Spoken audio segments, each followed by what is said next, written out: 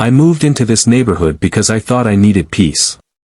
A quiet place away from the chaos of the city, away from the noise, away from the sleepless nights of traffic, sirens, and drunk strangers stumbling through alleys. I thought here, on this quiet little street lined with neatly trimmed lawns and motionless lampposts, I could finally rest. But peace doesn't live here. Because my neighbor doesn't sleep. And now, neither do I. I noticed him on my very first night. I had just finished unpacking and was sipping cheap beer on my porch, staring across the street at the rows of identical houses. The neighborhood was unnervingly quiet, the kind of silence where you can hear your own heartbeat. And then I saw him. In the window across from mine, standing perfectly still, staring out into the night. At first I thought he was just watching TV, or maybe thinking. But then I realized something odd. His eyes didn't move. His face didn't twitch. He was fixed, like a mannequin placed in a window to ward off intruders. When I went to bed hours later, I glanced one last time. He was still there. Watching. Maybe he just has insomnia, I told myself. We've all had nights where sleep feels impossible. But when I woke up at 3 a.m. to grab water, I looked across the street. He was still there. Same posture. Same blank, heavy-lidded eyes. The strangest part. When I looked directly at him, I could have sworn his mouth twitched upward. Just a fraction. Like he knew I was awake. Like he wanted me to notice. And that half-smile never left. Days passed. I tried ignoring him. I buried myself in work, telling myself the neighborhood was fine, that people are strange, and I shouldn't be paranoid. But every night, without fail, when I pulled my curtains back, he was there. Motionless. Awake. Always looking out. And then something else changed. He started watching me. When I'd pass by my living room at night, his head would tilt slightly, as though following my movements. When I turned on a lamp, his expression sharpened, his smile stretched. When I left the curtains open too long, I caught myself holding my breath, because I could swear his lips were moving, whispering words I couldn't hear that I needed proof. My friend said I was overthinking it, that maybe he worked nights and just happened to be awake when I looked. So I set up a cheap camera by the window, pointed directly at his house. What it captured still chills me. Hour after hour, timestamp rolling, there he was. Never moving. Never sitting. Just standing by that window. His smile fixed, his eyes glinting in the darkness like he was enjoying this. At 3:15 a.m., though, something changed. On the video, I walked through my living room to grab a drink. And when I appeared in frame, so did his reaction. His smile widened into something unnatural. And then, frame by frame, he raised his hand and waved. Not randomly. Not casually. He waved directly at me. But here's the part that makes my stomach turn, I never waved back. I never looked at him. I didn't even notice in real time. He shouldn't have known I was there. Unless, he could see through my walls. Sleep left me. Every creak of the floor, every groan of the pipes, every car door slamming outside jolted me awake. I felt him pressing on my consciousness, like the idea of him never left even when I closed my eyes. And then I started hearing things.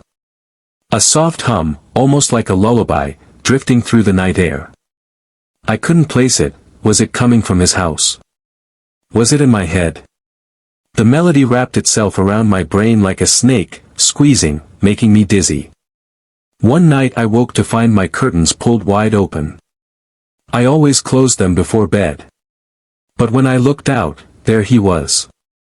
Closer than before, his face almost touching the glass of his own window. And for the first time, he blinked. Not normal blinks. Slow, deliberate, like a signal. 1, 2, 3. Then stillness again that I couldn't take it anymore. My rational brain was slipping. I needed answers. So I did something reckless. I crossed the street. His house looked normal from the outside. Perfectly trimmed hedges. A welcome mat that read "Home Sweet Home."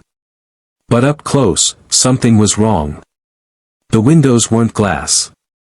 At least, not normal glass. They shimmered faintly, like liquid, warping my reflection. I knocked once. Silence. I knocked again. The door creaked open on its own. Inside was darkness. Not the kind you get from shadows or bad lighting. This was thick, unnatural, like it swallowed light whole. I stepped forward, my phone flashlight trembling. That's when I saw them. Dozens of photographs pinned to the walls. All of them were of me. Eating. Sleeping. Walking around my house. Some photos were angles I couldn't explain, as if taken through walls, through dreams. And in the center of it all was a chair. Empty. Facing the wall of photos like someone had been admiring a gallery that I should have left. I should have run. But my body moved deeper into the house, drawn by something I couldn't fight. In the living room, I saw him. Sitting perfectly still. His smile wider than I'd ever seen. His eyes glowed faintly in the dark. Only, he wasn't alone. Lined up against the far wall were shapes. Human shapes. At first I thought they were mannequins, but then I saw the hair, the skin, the fingernails. They were people. They were neighbors. And they weren't breathing that he stood. The others stood too, moving in perfect unison. Their smiles stretching, their bodies twitching like puppets on invisible strings. That's when I realized the truth. He wasn't awake because he couldn't sleep. He wasn't awake because he didn't need to. He was awake because he was watching. Watching us. Learning. Studying. Every sleepless night wasn't insomnia. It was observation. And now that I knew, I wasn't going to be allowed to leave. That I don't remember running out the door. I don't remember crossing the street. I don't remember slamming my door shut behind me. But I remember the last thing I saw before I passed out on my living room floor. Every window on my street glowing faintly. Every neighbor standing still, watching. None of them blinking. All of them smiling. And him, my sleepless neighbor, right across from me, pressing his palm to the glass. Mouthing words I still can't unhear. Now, you'll never sleep again. If you've ever noticed your neighbor awake at strange hours, if you've ever caught them staring through their window long after midnight, if you've ever wondered why they never seem to blink, don't ignore it. I ignored it, and now every night I feel eyes burning into me. I don't know how long I have before I end up like the others. If you've seen this too, if you've experienced something like this, drop a comment. Tell me your story. Maybe together we can figure out what they are, before it's too late. Stay awake. Stay alive. And whatever you do, don't wave back. There are many kinds of smiles in this world. The polite smile you flash to strangers, the awkward smile when someone tells a bad joke, the genuine smile when you're with people you love.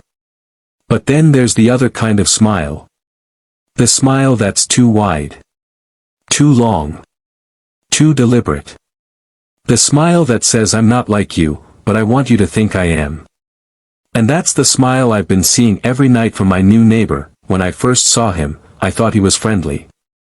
After all, isn't that what you want when you move into a new house? A kind neighbor who waves, who welcomes you to the block, who smiles like you belong. But even on that first day, there was something off. He didn't wave. He didn't speak. He just smiled.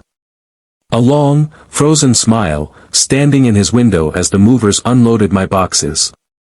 I laughed it off, nervous laughter, the kind you use to explain away something unsettling. Guess he's shy, I told myself.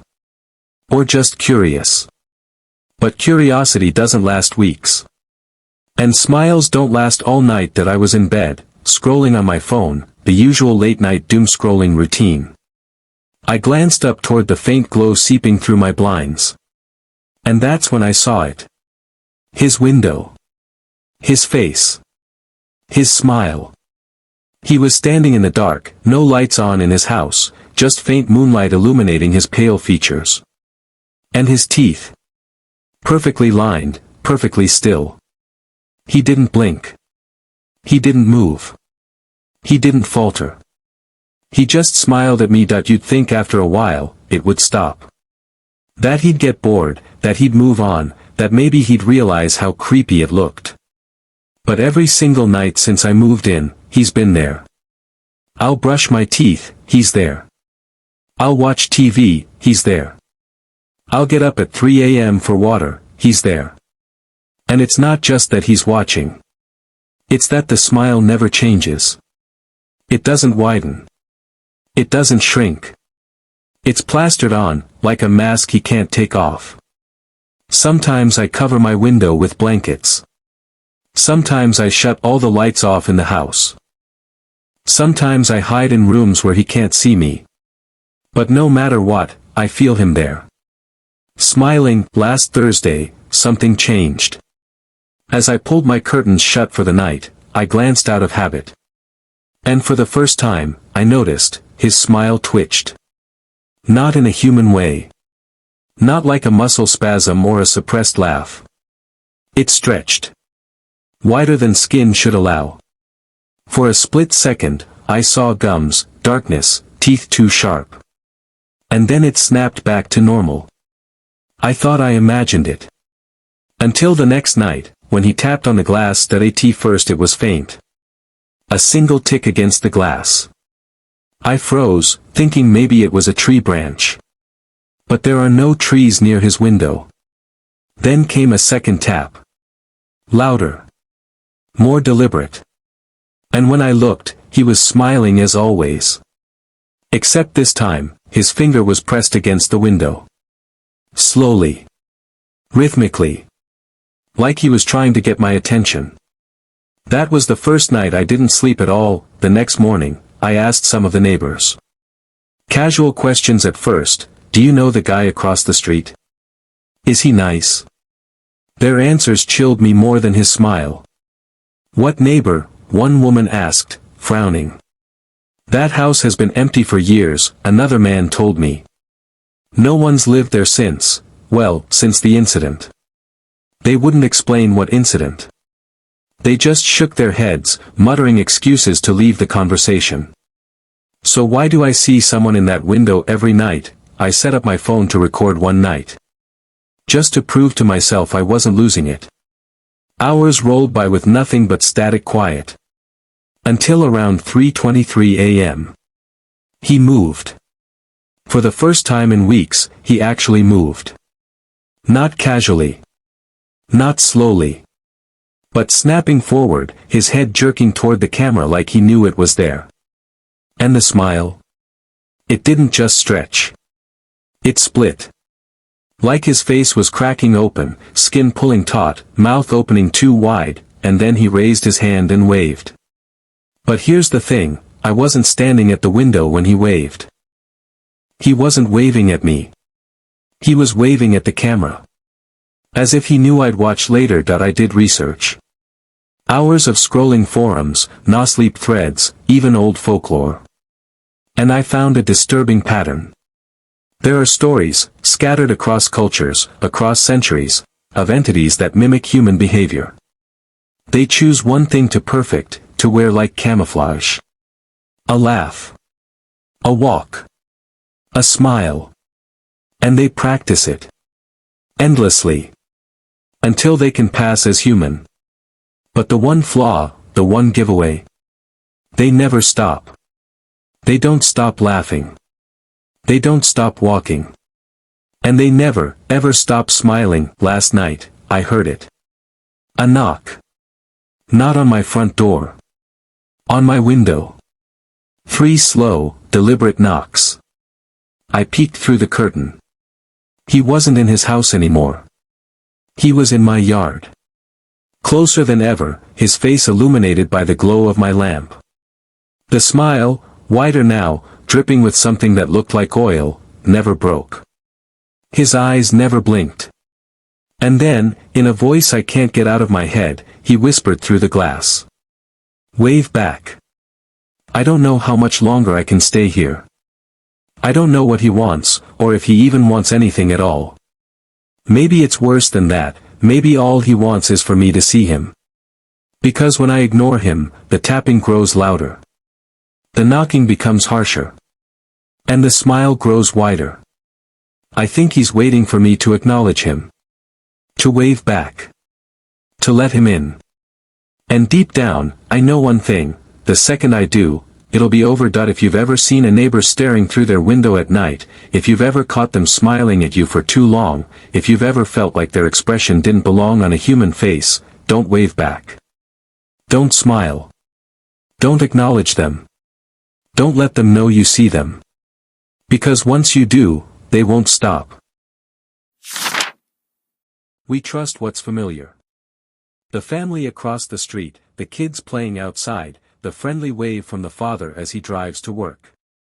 But what if all of it was an act? What if the neighbors across the street aren't neighbors at all? I know how that sounds. I didn't believe it either, until I started watching them more closely. And once I noticed the truth, I realized something terrifying. They know that I know that it started innocently enough. I just moved into a quiet suburb, the kind of place where every lawn looked manicured and every mailbox had a coat of fresh paint. Across the street was a family of 4. A dad, a mom, 2 kids. They waved every morning. They laughed in the evenings. They looked like the kind of picture you'd find on a brochure for the American dream. But something about them felt too perfect. The kids never argued. The parents never looked tired. Their smiles never faltered. And I never once saw their lights go out at night. After a few weeks, I started noticing patterns. At 6:30 p.m. sharp, the dad pulled into the driveway. At 7 p.m., the family sat down to dinner. At 8:15 p.m., the kids played outside for exactly 20 minutes. At 9 p.m., the curtains closed. Every single night. I told myself it was just routine. But then I noticed the kids didn't really play. They ran the same path in the yard. Laughed in the same rhythm. Like a recording on repeat. And when the dad waved at me, it was always the exact same motion. Identical timing. Identical smile. Like he was rehearsing a script. One night, I stayed up late, scrolling on my phone. Around 2:17 a.m., movement outside caught my eye. The family was standing in the driveway. All 4 of them. Side by side. Smiling. Waving. Not a sound. Not a word. Then, after exactly 2 minutes, they turned and walked back inside.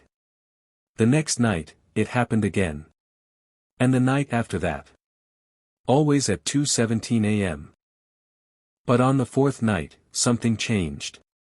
As they turned to go inside, the mother paused. Slowly, unnaturally, her head turned toward me. And even though the distance was nearly 50 feet, I swear I could hear her whisper. Why are you watching? I couldn't ignore it anymore. I started digging. Public records. Property files. Anything. But there was nothing. No school records for the kids. No work history for the dad. No maiden name for the mom. According to the database, the house had been empty for 15 years. I asked other neighbors, desperate for confirmation. Oh, them, one shrugged. Don't think I've ever seen anyone there. Another looked confused. That house has been for sale forever. But I'd been waving to them every day. I set up a camera in my window. Hours of footage rolled by, cars, dogs, even the mailman. But when 2:17 a.m. came, the screen filled with static. When it cleared, the family was gone. Except one frame. A single still. The mother, pressed against the camera lens. Smiling that I made the mistake of going inside. The door wasn't locked. The living room was empty. No furniture. No rugs. No pictures. Just dust. But upstairs, I heard footsteps. I crept forward, heart pounding. And there they were. The family. Standing in the hallway. Perfectly still. Their smiles didn't change. Their eyes didn't blink. And when I whispered, "Hello," they all tilted their heads in unison. Then, in perfect harmony, they spoke without moving their lips. "You shouldn't see us. I don't think they're human. They move like us. They talk like us. They smile like us. But it's all performance. A mask. When they think no one is watching, their movements glitch. Their eyes go glassy. Their skin seems to flicker, like a bad projection. They're not living in that house. They're imitating living. And when someone notices, they don't like it. Last night, I woke up to a noise. Not in their house. In mine. I crept to the window and saw their lights were still on. Every single one. And all four of them were pressed against the glass, faces distorted, smiles splitting their cheeks. But when I turned, they were inside my living room. Standing in the dark. Watching. Smiling that if your neighbors seem too perfect, if their routines feel scripted, if their smiles last a little too long, don't look too closely. Don't investigate. Don't wave back. Because once you see them for what they are, they see you too. And when they cross the street, there's no escape.